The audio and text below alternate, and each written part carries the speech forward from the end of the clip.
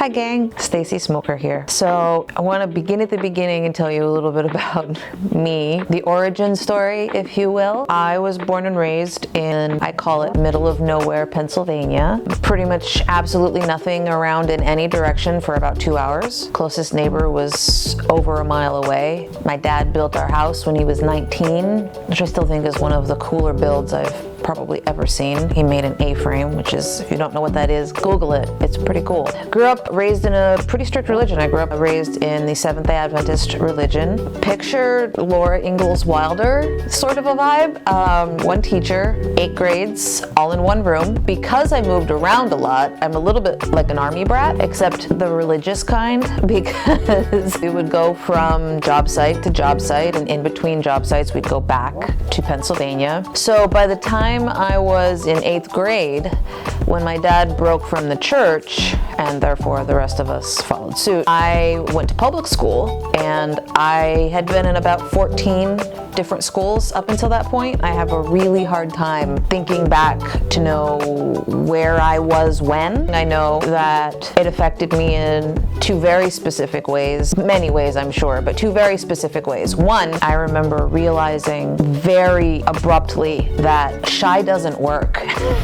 But I remember having that moment of like light bulb where I was like, this isn't working. I need to speak up. That's the only way I'm gonna have a friend and anything like that. And then also the one room, schoolhouse, one teacher, 8 grades sort of a thing. The curriculums aren't really regulated, and we were going from one state to the next state to the next state. When I say they weren't regulated, obviously there are certain baselines that every institution has to meet, but these were private, and from one state to the next state, the curriculums didn't cross. So my math suffered aggressively. I would have already done subtraction in one school, but I go somewhere else and they hadn't yet gotten to subtraction.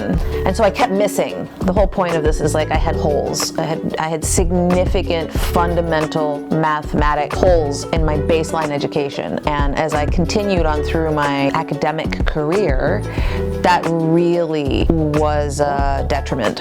One of the other very interesting things about Stacey Smoker is that she also has a pretty significant handicap when it comes to music and pop culture knowledge. I can sing you almost dead-on lyrics to just about any song, but do not make me your phone a friend if it's the name of the album, the name of the artist, when the album came out. And that's because being raised in the Seventh-day Adventist religion early on, I was pretty heavily censored in what I could and could not consume. My dad loved country music, so I was allowed to listen to some of that, and it was either basically that or Christian music. TV was also pretty heavily guarded. My uncle would videotape the Disney movies and whatever was on TV, and then would edit them so that the parts that they didn't want us to see weren't there. So I also have this understanding that certain movies are not the way most other people saw certain movies. Being raised the way that I was raised in an incredibly rural area, we always had animals around. It raised me with a very real work ethic and a very real respect for animal husbandry. The life of the animals in my care always was put first. So if my chores weren't done, I didn't get to eat because the animals hadn't gotten to eat yet. So the one thing I was allowed to do was read. That was the way I traveled. That was the way that I learned. That was the way I had an understanding that there were different kinds of people in the world. And it developed a pretty incredible imagination, which in my creative work has served me to this very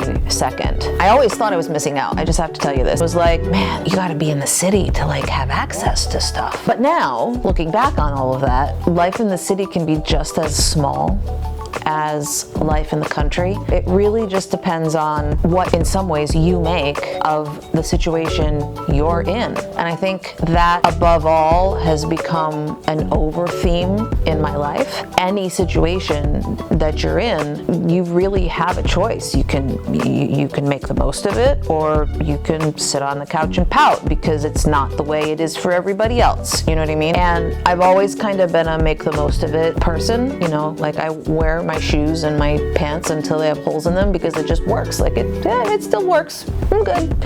I'm a very much make do with what I have human being, and that also comes from how I was raised. But being raised in the middle of nowhere and it being heavily religious, it really set this foundation for the human that I have become today. The strength, the fearlessness, the creativity, the drive, the stubbornness. There are pillars that are planted very, very, very deep in the foundation of my childhood. And it's taken massive amounts of therapy to come to that understanding. I think that's enough for right now. We'll do more in the future, but origin story, that's scene.